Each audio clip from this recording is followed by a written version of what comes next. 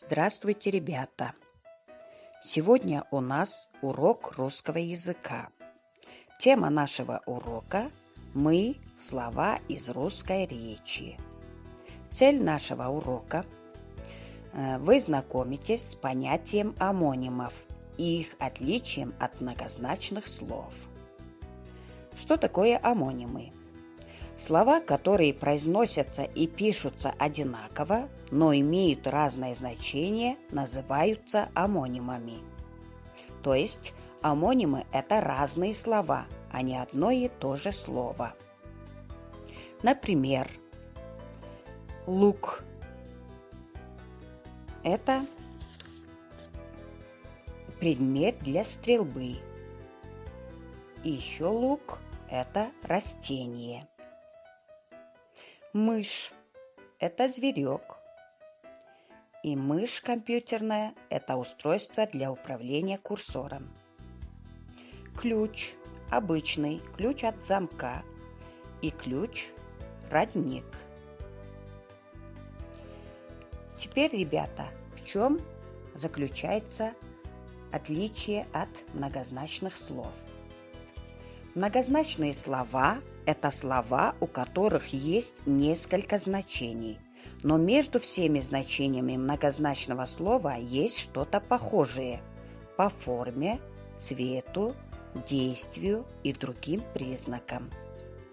Например, слово «гребень». Гребень – это расческа, гребень вершины гор и гребень петуха. Они похожи по форме. А сейчас, ребята, я хочу показать вам примеры учеников по видеовызову. Ребята, я еще раз повторю, что такое омонимы. Омонимы – это слова, которые пишутся и произносятся одинаково, но значения разные. Понятно, да? Я попросила вас привести пример омонимов. Пожалуйста, Адилькан, начинай. Какой у тебя пример? Мой пример – это коса. Коса – это длинные волосы девушки. И коса – это орудие труда. Хорошо. Нурзат? Ручка.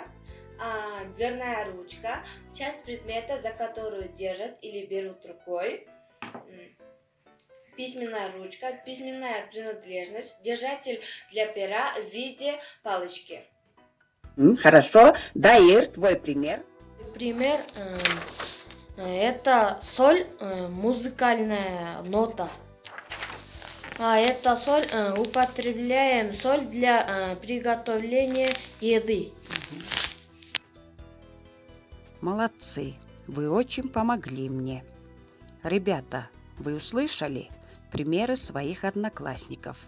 А сейчас постарайтесь указать омониму стрелочкой в следующей схеме.